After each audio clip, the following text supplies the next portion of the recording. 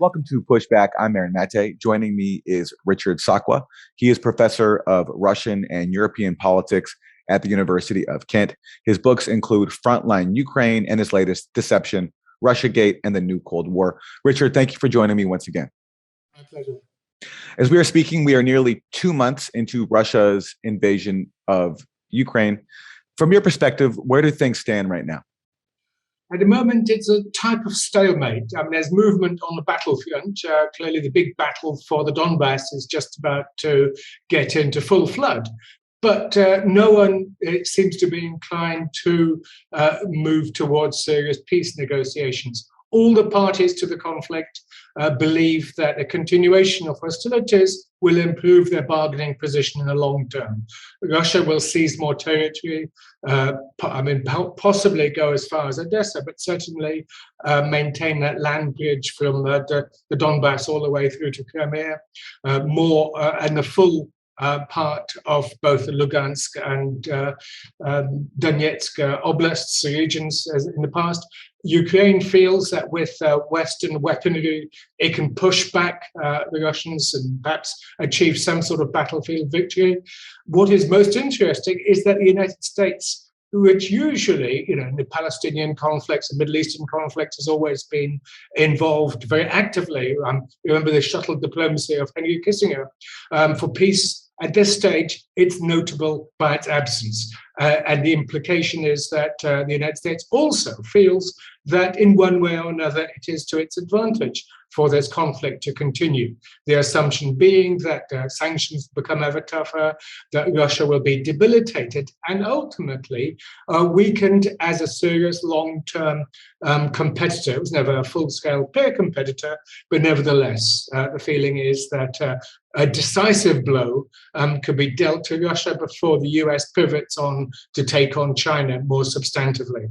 And as for the European Union, it seems to have no strategic vision ultimately in all of this, other than constantly being shamed into upping the ante in terms of sanctions, even though to its enormous detriment of its own populations. And of course, this also applies to the UK in terms of energy. We all know here, my energy bill has gone up threefold, from £100 a month to £300 a month, which comes to not much shy of £3,000 a year, which is phenomenal. So we're talking about massive economic damage. OECD is talking about close to a recession, certainly in the UK. So, but this is going to go on. There's no. In terms of substantive peace, what could be an offer, no one really has any idea of how this ends, other than ultimately they'll continue slogging it out until some sort of stalemate is achieved. And so what do you think that means for all these various parties' goals? The goal of the US has been to, as you say, to weaken Russia. Russia says that's not happening. It points to, for example, its ruble staying stable instead of being left in rubble, as many in the US were predicting. So based on how it's gone so far, who do you think is the most likely of achieving their core aims here? Yeah, thank you for turning to Russia. That is a whole special thing.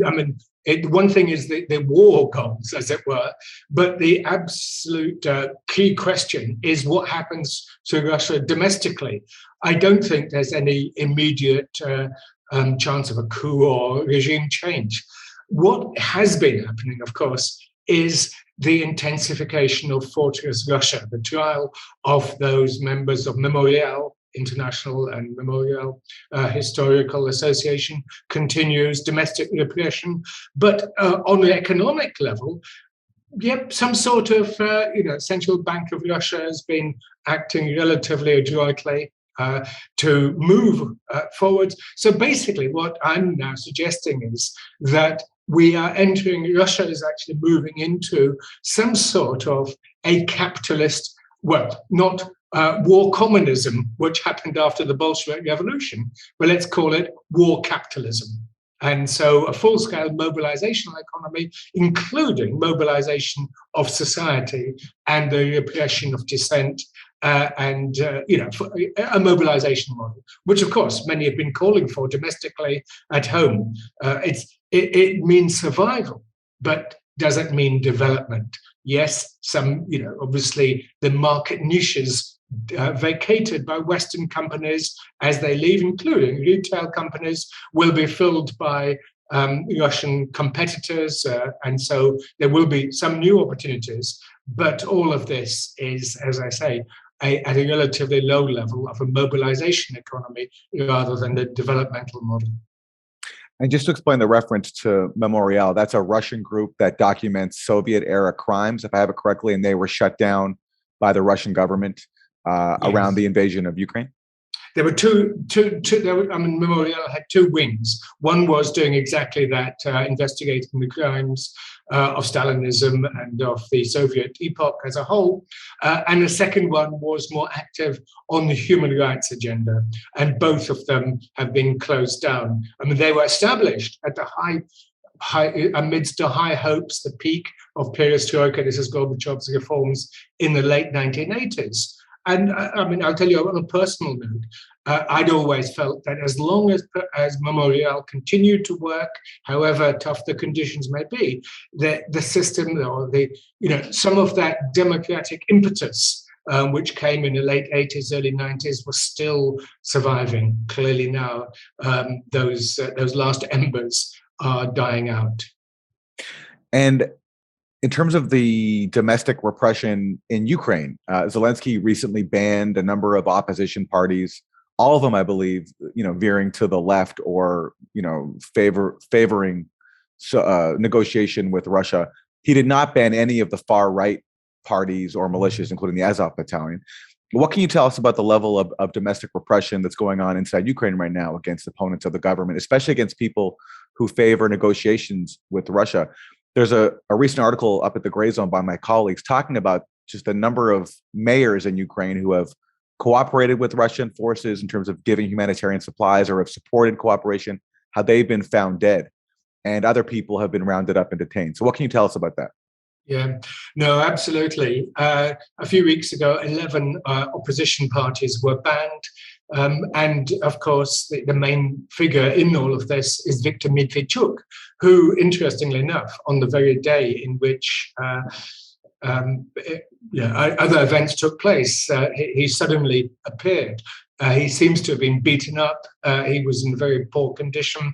And of course, Viktor Medvedchuk was the leader of the main opposition party, the opposition bloc, which has been, he himself was put under house arrest in the end of 2021.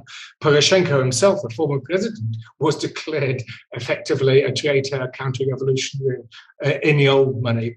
But you're absolutely right, that Grayzone article is a fascinating piece because it precisely shows the continuation and intensification of what had been going on since 2014, which is that the whole center of spectrum, if you like, of Ukrainian politics has been pulled over to the right by these battalions. I mean, constantly people argue, look, they only got 2% in the last elections. These are the presidential elections of April 2019 and the parliamentary elections later that year. But that is precisely a bad sign in a sense, because their ideas of this radical nationalism has infected the whole society, even though, as I continue to insist, that until the war, the overwhelming sentiment amongst the Ukrainian people was for peace. That's why 73% voted for Zelensky in April 2019. Unfortunately, like his predecessor, he was unable to withstand and to stand up to these radical battalions. I mean, numerically, the quotient of dyed-in-the-wool Nazis amongst them might be relatively small. But the ethos is the key issue, and being absorbed into the National Guard means that absolutely. And, I don't know what happened in Bucha after it was retaken by Ukrainian forces. I mean, I think the Russian forces left on the 30th of March, and 2 days later, we had the announcement of these massacres. Now, we do know that some of these battalions came in, And they did declare that they were going to start purging and cleaning anybody who'd been working with the Russians while they were occupying the town. Now, I don't have the evidence one way or the other. There is considerable evidence, though, that the standard version, that this was a killing taken place by the Russian forces, can be questioned. I'm not saying that the Russian occupation was completely without violence. Of course, it wasn't. But even these satellite pictures can be questioned as well, the position of bodies and relation to motor cars and so on. Who knows? I mean, we do need an independent investigation, because a war crime is a war crime. Killing civilians is, unforgivable in whoever and in whatever circumstances. Yeah, and this is one of the other things. Of course, yes, there have been reprisals, and of course, this was, if you could argue, that the whole population of Mariupol, while battling, though Russia opened the door in a humanitarian corridor several times, that they were blocked by the militia, because it's basically been the National Guard and the Azov battalion down there doing the worst fighting, and now, of course, holed up in Azovstal, which, this huge metallurgical plant, and it goes down 8 floors, and they're refusing to surrender. And of course, even the maternity hospital bombing is questionable, because a lot of eyewitnesses say that all the women were evacuated, all the people, personnel, not just the women, were evacuated, and that it's on a little hill, and it was an ideal position for the battalion. And they took over, including the food, and stole the food from the people there. Again, independent investigation is required. I mean, I have no independent source of information, just different versions, which is, of course, one of the characteristics of this war. It's interesting to look at the coverage now, where even the way the Azov battalion is described. The New York Times once described it as a neo-Nazi paramilitary organization. Now, neo-Nazi is gone. It's been disappeared in the pages of the Times. And now they're described as a far-right organization or a right-wing organization. Your comment on that? Yeah, that is part of the larger context, where your enemy's enemy is my friend, however odious and distasteful they may be. And that, of course, has characterized the whole Ukrainian episode, disaster, since 2014, in that Ukraine was clearly part of a proxy war on both sides, if you like, that this was going to be the battlefield in which those unresolved issues at the end of the Cold War were going to battle it out against, there's two versions of a peace order, the Russo-Chinese version of sovereign internationalism and the liberal hegemonic version in which you have NATO advancing, in which its human rights agenda, which is excellent, of course, if only they stuck to it, was going to become the universal one, and anybody who stands against it is not just mistaken, but fundamentally evil. And so, deep below all of this is, if you like, the culture of this, what I call it, I mean, it was a second Cold War. Now it's actually a full-scale battle or proxy war. And in fact, Ukraine fits perfectly into the old model of a proxy war of a Vietnam or even earlier, where the main protagonists try to avoid direct conflict, but they pile in the weapons and support each side. However, as I say, however odious your allies might be, and of course you turn a blind eye to it. And of course, you could say many a Middle Eastern potentate fighting wars in Yemen and elsewhere also gets away with it, which in many ways is more savage and catastrophic at this time than even the Ukrainian conflict, however dreadful it may be. And I have an article just out about that goes through the history of the war in Syria. And I draw some parallels to the proxy war in Syria and Ukraine. And one of them is that the US is basically overlooking concerns that it's flooding a war zone with weapons and not being able to keep track of where those weapons go. In the case of Syria, weapons that came from the US ended up in the hands of Al-Qaeda and ISIS. And now there's a headline on CNN that says, "What happens to weapons sent to Ukraine? The US doesn't really know." Yeah, there's plenty of pictures which I've seen on when one is doom scrolling through the internet, of captured weapons from the West. And so we had Stingers, we had Javelins, we had the British ones, the NLAW anti-tank weapon, which of course were captured, and they haven't performed particularly well on the battlefield, interestingly enough. But this is right. It's going to be, you could also make the analogy with Libya, where we had the collapse of the regime and the vast flood of weapons that has now fueled war across the whole Sahel region. We'll be lucky if the conflict is contained within Ukraine. Already we've seen attacks on oil installations near Belgorod and within Russia proper, yes. So, and of course, there may well be and it's already been warned that supply lines within NATO territory, may become a legitimate target. This is why they've attacked Lviv as well, because that's a transshipment point. So we'll be lucky.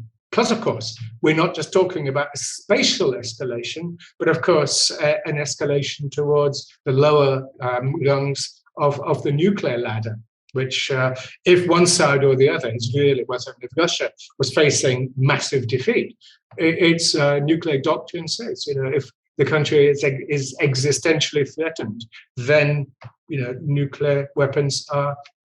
So the dangers, both in spatial and in horizontal terms, is enormous.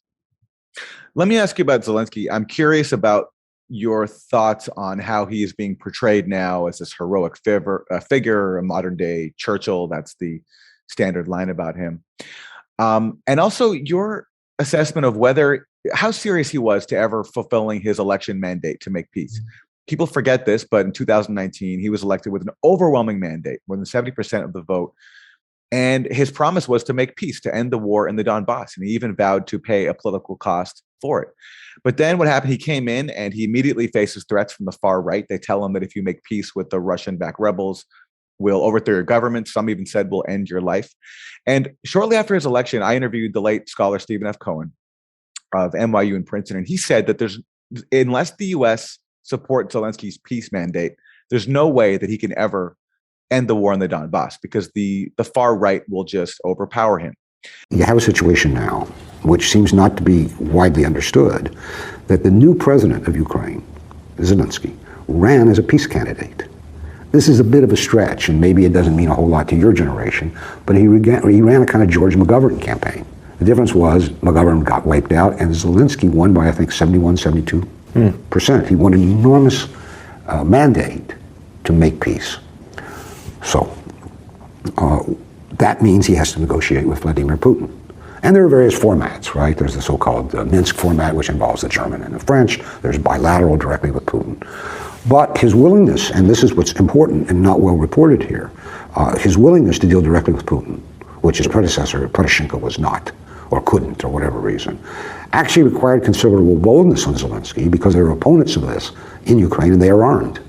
Some people say they're fascist, but they're certainly ultra-nationalist.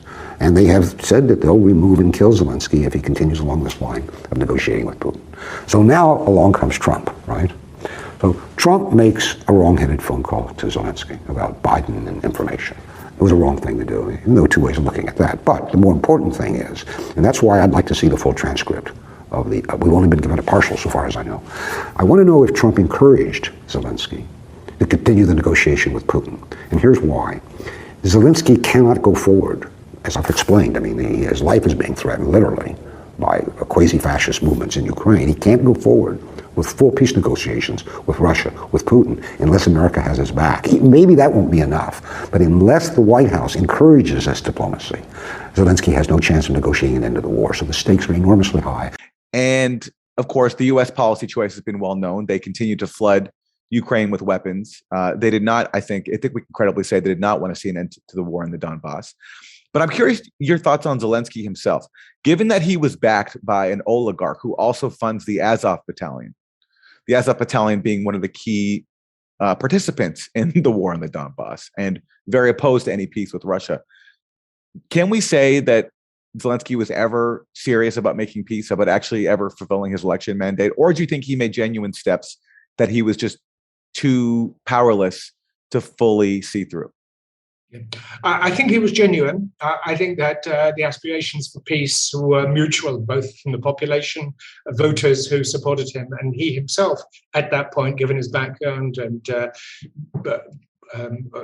coming from the Russophone part of the country and so on. And the proof of that is that he had that meeting in Paris of the Normandy format with Putin in December 2019. But even as he did that, of course, the Steinmeier formula to fulfill the Minsk Accords, which he was thinking of doing, and then afterwards, his chief of staff convened a meeting. So there were elements. However, but as you say, he didn't have the US support. He didn't even have European Union support effectively, which is quite astonishing. Angela Merkel and Macron, much talk, but they really did not, because they were there at that Normandy meeting in France, but astonishing enough.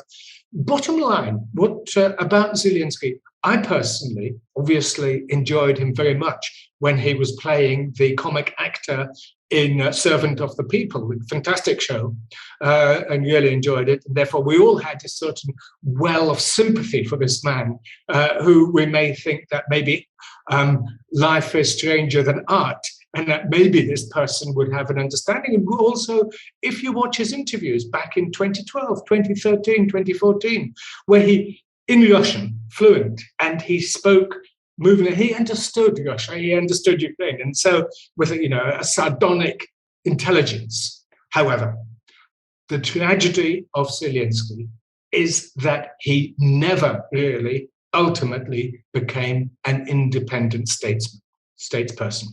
He just didn't. He failed. He failed even in his attempts to achieve peace, which I give him all credit for in that first year, but he failed.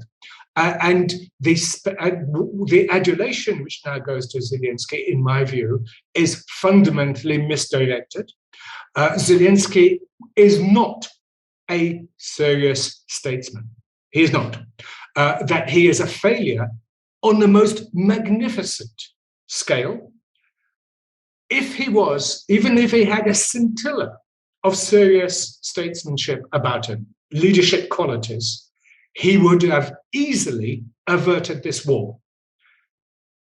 He had endless warnings, they say, from the US. I mean, we know the public ones, and allegedly the US and possibly the UK had intelligence information. Now, we all know how valuable that intelligence information is going to be. But if they did, they kept saying warning of Russian invasion. If they had any information, perhaps they fed it to Zelensky. But obviously they didn't, because Zelensky, until the day before the invasion, was saying there will be no invasion. But with 150,000 Russian troops, it would not have taken much. Everybody constantly criticizes me, and back to you, for failing to take Ukrainian agency into account. Yes, at that moment, we would have loved to have seen more agency in terms of forcing a peace deal. Okay, we had these NATO, Russia and US-Russia peace treaties, European peace treaties from December 2021 on the table. Where was Ukraine in all these discussions? Why didn't Zelensky at that moment, and I kept expecting something, to say, look, let's sort this out. Instead of which, all he had to do was 5 words, which he knew wasn't going to happen anyway, anytime soon. Ukraine will not join NATO. That's all he had to say. Let's call, if Putin was bluffing, call his bluff. But instead of which, we had this catastrophic war. So we have somebody who is not a statesman. And I must say, if you read the speeches today, and his endless speeches, which are given standing applauses, standing ovations, and so on, they, in my view, are demagogy and populism of the worst order. I actually find them odious. I can't read it. I mean, I've read many of his speeches, including the one at the Munich Security Conference just a few days before the war. It was awful in the sense it was filled with a primitive hatred, filled with a violent language of division. As I say, there is not a statesmanlike bone in that man's body. And this is why he's willing to see this war. And as long as he is in charge, this war will continue, because even when he began to talk about a peace agenda, immediately it was a trick, because he said, okay, we will have Ukraine's neutral status, but it will have to go to a referendum, which of course the outcome of it, who knows what it was going to be. So even that is not in good faith. So it's, I do not share the laudatory views. Yes, of course, the country is under attack, and he has been very brave. But as you say, simply calling for more weapons, he should now be calling for the United States to broker a peace, to save the suffering of his people. And in a sense, it actually makes me quite angry, the way that he is being lauded, and yet it's over the bodies of, obviously Russia has the primary responsibility. It's the invading, attacking party. But on the other hand, let's have a bit of Ukrainian agency in all of this. If this is what people are constantly calling for, go for it. It seems that at multiple levels, at every point of policy that could have prevented a war, it seems he was not interested in doing that. There was the final round of talks on implementing Minsk, where his government refused to even talk to representatives of the Russian-backed rebels. The Wall Street Journal reported this recently, that on February 19th, German Chancellor Scholz proposed to Zelensky that Ukraine, quote, renounce its NATO aspirations and declare neutrality as part of a wider European security deal, unquote, that would be signed, according to Scholz's proposal, by both Putin and Biden. And Zelensky said no. Yeah, absolutely. Absolutely. So he bears a huge responsibility for this war. My analogy in this is like, as I think I may have mentioned before, in a Chekhov play, if you have a pistol on the wall in Act 1, that by Act 5, you can be sure that it will have been fired. Yes, it was Putin, in this case, who pulled the trigger. But who put the pistol on the wall? Who created the conditions in which that pistol was going to be used? And I think that Zelensky bears a huge responsibility for this. It was a frivolous approach to the fate of a nation, and above all, the fate of his own people. Have you seen any evidence to support Russia's claim that there was going to be a Ukrainian offensive against the Donbas, against the rebel-held areas of the Donbas, and that's part of why they had to intervene to preemptively stop that? One has to say that this is one of those issues that the Western media seems to be peculiarly intense in denying the possibility of such an invasion. Zelensky says no, dismisses the idea. However, it cannot be so easily dismissed. We know that in the week before the Russian invasion, Donetsk, these are the autonomous parts of Ukraine, were under intense shell fire. Donetsk city itself, and not only. And more than that, we know that Ukraine had figures vary, but we're talking at one moment, people said over 100,000. I think the figure was closer to 60,000 of its best troops. And these are the ones now fighting the battle of the Donbas with Russia. And they were dug in echelon formation, deep trenches, hardened positions, military, and so on. It was quite clear that it was an option. Because, as you say, Zelensky refused to talk to his own people. The whole point of Minsk is the belief in Kiev that these were their people. And indeed, the whole idea of Minsk is that these people were not going for separatism. And so it's a misnomer, they wanted autonomy within Ukraine. That was initially, of course, things evolved.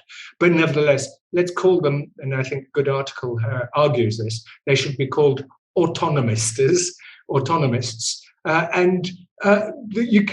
and Zelensky. And this is again the fact that he lacked the autonomy himself to speak to these people, because obviously he would then have got a lot of flack from the oligarchs, as you say, and his backing, Kolomoisky in particular, but also from these military semi-nationalist formations. So he lacked the guts. I mean, he went to Donbas and one moment, and when the forces said, no, don't talk to these people, you'll be accused of betrayal, and we'll have another Maidan against you, Well, I mean, at that point, he backed down, as we know. Can I just say one other thing? Obviously, the context of this war is the Nagorno-Karabakh war of 2020, when Azerbaijan had its attack. And we do know that drones supplied by Turkey were used against the autonomists in the Donbas. So clearly, the possibility, I mean, maybe Zelensky is right, that there were no imminent and immediate plans to launch an offensive. But that was always a possibility. What on earth were 60,000 troops heavily dug in with heavy artillery doing then on the border? They were not there on holiday, ultimately. So do you see any force inside Europe that could break the logjam? Obviously, the US seems very entrenched in its policy, not interested in diplomacy. That's been made very, very clear. Is there any force inside Europe right now that you think could be willing to speak to Russia and take Russia's concerns seriously to the point of having a real negotiation? No, absolutely not. All those traditional interlocutors have disqualified themselves. Germany, of course, and Scholz in particular, was always the exponent of Ostpolitik and engagement with Moscow. That's gone because, amongst other factors, the nature of the coalition government in Berlin today. France, Macron, of course, is up for election this coming Sunday, of course, the second round. After that, perhaps Macron will be able to exercise more initiative. But ultimately, even he, I think, is constrained by the European Union. And if you remember, of course, Angela Merkel and Macron tried to convene a meeting in June 2021, where the European Union could have exercised and acted as the honest broker. But they were vetoed by the Poles and the Latvians and the Baltic republics. So we have a constituency in the EU. And of course, the European Commission and Ursula von der Leyen and Joseph Borrell, the Foreign Affairs Commissar, actually said, the latter said, this will be decided on a battlefield. In other words, a battle to the end. Europe has destroyed itself in this war. It'll survive. Endless talk of its unity and so on. It's a victory, if you like, amongst the flames and amongst the ruins of a European peace project. So no, and of course the UK is just piling on the weapons, and its policy is basically to look important, irrespective of the consequences. No, the only possibility is some external force. More locally, we're talking about Turkey and Erdogan, who's still got good relations with Putin and a NATO member, so it's got a certain credibility. We also, obviously, it's China. So the only way that Europe can get out of this mess, or the Euro-Atlantic zone can get out of its mess, is ultimately through China. And possibly, and what's most been interesting lately, is the way that China and India have swapped. Foreign ministers have visited each other, and an extraordinary rapprochement taking place in Asia, despite the battles in recent years on the line, a demarcation line high in the Himalayas. So, in other words, Europe has to be saved from itself by forces outside of Europe. And this is, one has to say, this is the catastrophe, not just of the post-Cold War years, but of the whole post-war since 1945, the failure of that peace order of a most spectacular nature, the lack of European agency. Now, you may know that I've been arguing for years and years for a pan-continental vision. This is, you could call it a Gorbachevian, common European home vision, but it's deeper than that. It's a Gaullist idea of a Europe which of course doesn't go down well in the United States, of some sort of pan-European ideal. And of course, it's not just de Gaulle, it was also Francois Mitterrand. And I've always said this, that this is the way to go. It doesn't exclude the European Union, but what it does allow, and what I've been arguing for many years, is not just the institutional expansion of the European Union, which is dysfunctional in all sorts of ways, given the fact he's absorbed Poland and these revanchist powers in the East. But what we needed was a genuine peace order based on, David Mitriani's functionalism. In other words, you build on one level, say a genuine energy partnership, and then you build trust, neo-functionalist, and then you gradually build alliance. But that never happened. This genuine functionalist agenda of a peace order. So in other words, attempt to build peace after 1989, after the Cold War, in a purely institutional sense, with Brussels and Washington taking the lead, failed. And maybe after this war, we really will actually have to have a genuinely new peace order based on functionalist principles, which would have to be outside of the EU, because Ursula von der Leyen has shown herself to be, it's been a disastrous leadership in terms of this war. All it's been doing is stoking and, in fact, acting precisely to prove the EU as a subaltern to the US in a conflict situation. And this is reflected, just to say, in the strategic compass adopted by the EU on the 21st of March. And can you comment on the relationship between European public opinion and the policies of European leaders? Because I've been looking, and I've yet to see a country where there's significant support for basically, sanctioning Russia, undergoing extreme sacrifice in terms of, energy costs, food costs, for the sake of a proxy war in Ukraine. But I could be wrong. Yeah, no, I think that public opinion, of course, is much under the influence of a media, which has, certainly in the UK, has been unremittingly, it hasn't been informative. It's been emotional, and of course, it's a tragedy. And obviously, there's a scope for that as well. Human tragedy has been on a scale in Europe which we've not seen since 1945. We saw it in the Balkans in the 90s, of course, to a lesser degree. So that's understandable.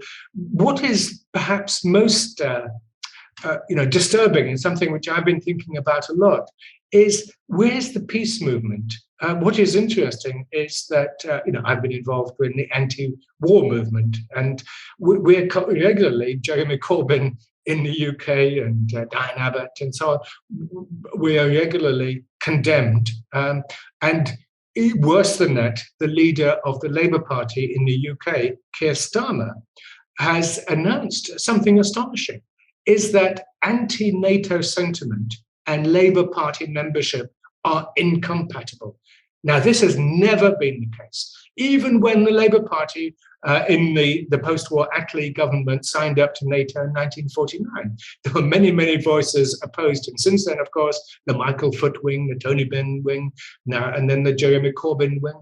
And the Labour Party has always been a broad church, instead of which it's now becoming a neo-dogmatic sect. And this is going to be reflected in the polling booths in the years to come. All right, Richard Sakwa, any final comments for us as we wrap, what people should be thinking about as this war approaches its third month? Month. I mean, this is just simply an unmitigated catastrophe. But I do think that people we must understand how we got to this point, that it's not enough just to blame others. Of course, Putin pulled the trigger and he bears responsibility for that. But Russia is also suffering this all-out economic warfare against Russia, against the people. It's very disturbing, this notion of collective guilt of the Russian people. Now, this is something which, as you know, international law has much to say about this, and indeed Catholic social philosophy. And basically, it is all the Geneva Conventions say you do not hold a population ransom in a war situation. And this is what is happening now. Simple things. I mean, my friends cannot get back to Moscow. There's no flights. I mean, this is just unbelievable. The level, we've so far had 10 types of sanctions. Each one you could then take individually, along with some sort of a control panel, how far they've pushed the button. But the US is pushing for all 10 buttons to be pushed to the absolute US, UK, I should say, are pushing, and European Union, one should say, are pushing for all 10 buttons. We're talking about financial, we're talking about trade, we're talking about flights, we're talking about, all these things, personal movement, educational exchanges, all of that. is being pushed almost to the max. We've never seen anything like this. And so, and Russian opinion is, is divided. You may say that clearly there's heavy repression. Now, if you're going to lose your job, and one can't expect a huge anti-war movement there. But I mean, this is a moment of clarity, because where are the social forces which could withstand? That's my first point. And the second one is this extraordinary outburst of militarism. Now, this is what the anti-war movement is about. We condemn the invasion, of course. We condemn the war, and we understand, the conditions. But what we need to do is obviously to find a way out, and the only way to find a way out, if you like, is to examine the way in, because that would explain the context. And that's just not being done. And there's social movements, and you could say, where's the left in all of this? And it's almost, it's negligible, but it's still residual. I mean, our various meetings we had in my little town of Canterbury, 200 people marched from Westgate Gardens to Dane John. But interestingly enough, there was not a mention in the local newspaper, the Kentish Gazette.